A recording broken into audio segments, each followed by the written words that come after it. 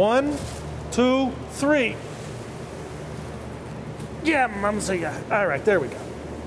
Hi, I'm Josh Ozerski, and this is Ozerski TV, brought to you by Underground Eats. I'm here at the La Freda shop. I'm gonna go in, we're gonna see Pat.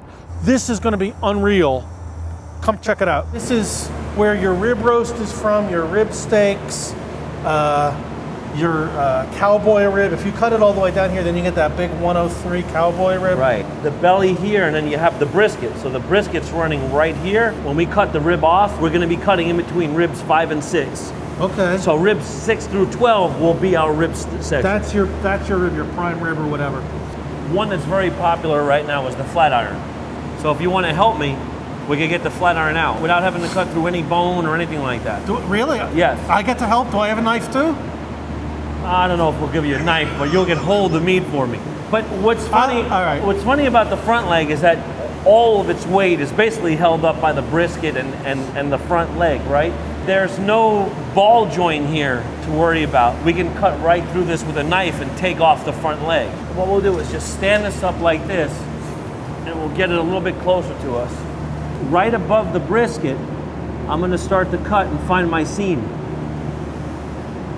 And you can see it there. And as soon as you start to cut into meat, you'll know that you're not in the right place.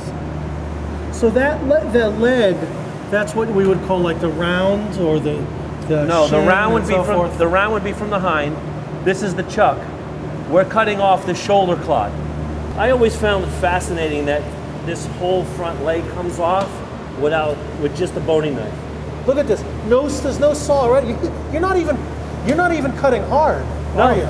You could basically do this with your pocket knife if you wanted to. Is that an overstatement? No, you could. Shoulder clod. This is something you see in Texas barbecue. I'm gonna start to section it out and just get my knife underneath this. With every cut that I make, I'm able to free up just a little bit more of this paddle bone. Now, what ends up happening to the paddle bone? It gets used for rendering and stock.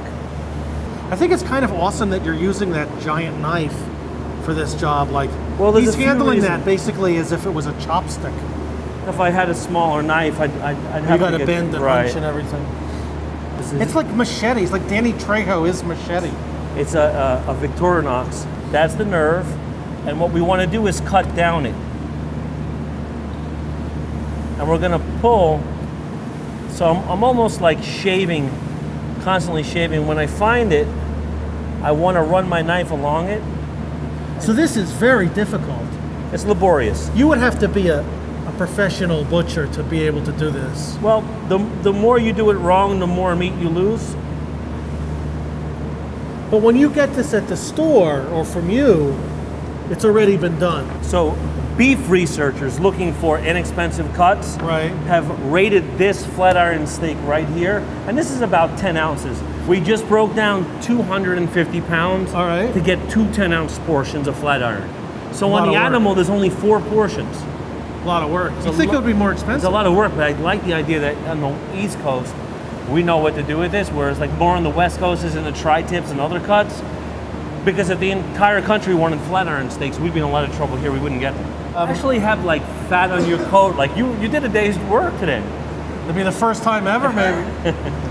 Anyway, I'm Josh Ozerski, my buddy Pat La Freda, and this is Ozerski TV, brought to you by Underground Eats.